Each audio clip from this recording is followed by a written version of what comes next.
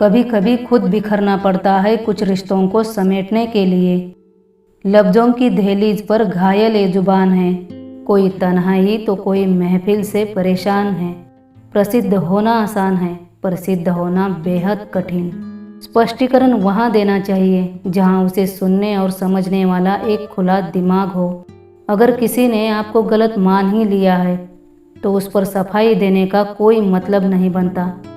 एक हारा हुआ मन कभी मुस्कुरा भी ले तो कहाँ देख पाते हैं लोग। एक चेहरा जो हंसता खिलखिलाता है उसका दर्द भी कहाँ देख पाते हैं लोग। लोगों को लगता है कितनी अच्छी है इसकी ज़िंदगी, पर जिस पर गुजर रही है वही जानता है किन हालातों से गुजर रहा है वह। आत्मा तो हमेशा से जानती है कि सही क्या है, चुनौती तो मन को समझाने की होती है।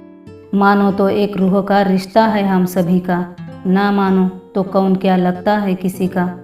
उत्तम से सर्वोत्तम वही हुआ है जिसने आलोचनाओं को सुना और सहा है।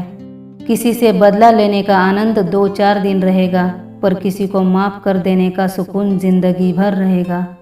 हमारे कर्मों की रील ऊपर वाले के हाथ में सेव हो रही है, इसलिए कर्म सोच समझ कर करने चाहिए। खरीद लो दुनिया के सारे ऐशो आराम और फिर बताना कि सुकून का दाम क्या है।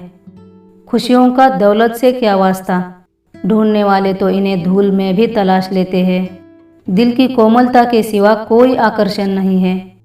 अच्छा निर्णय अनुभव से आता है और अनुभव बहुत सारे बुरे निर्णयों से आता है। सांस खत्म हो और तमन्ना बाकी रहे वह है मृत्यु, और सांस बाकी रहे और तमन्ना खत्म हो जाए वह है मोक्ष। माफ़ करना सीखिए क्योंकि हम भगवान से भी यही उम्मीद करते हैं। आईना का जीना भी लाजवाब है, जिसमें स्वागत तो सभी का होता है लेकिन संग्रह किसी का नहीं। सोच अच्छी होनी चाहिए क्योंकि नज़र का इलाज तो मुमकिन है पर नज़रिए का नहीं।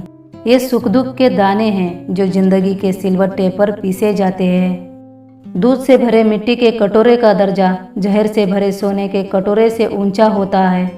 इसी तरह मनुष्य की बाहरी सुंदरता से अधिक भीतरी संस्कारों का मूल्य होता है। जब आप असफल हो जाते हो तो आप गलतियों से सीखते हो और यही आपको कठिन काम करने के लिए प्रेरित करता है। कामयाब होने के लिए हमें सबसे पहले खुद पर विश्वास होना चाहिए कि हम कर सकते हैं। उम्मीद और आत्मविश्वास के बिना कुछ नहीं किया जा सकता। हमेशा चुनौतियों का स्वीकार करें ताकि आप जीत के उत्साह को महसूस कर सके। अगर आप सफल नहीं हो रहे हो तो आप मजबूत कोशिश नहीं कर रहे हो। काम कुछ इस तरह करें जैसे कि सब कुछ आप पर निर्भर है, और प्रार्थना कुछ इस तरह करें जैसे सब कुछ ईश्वर पर निर्भर है।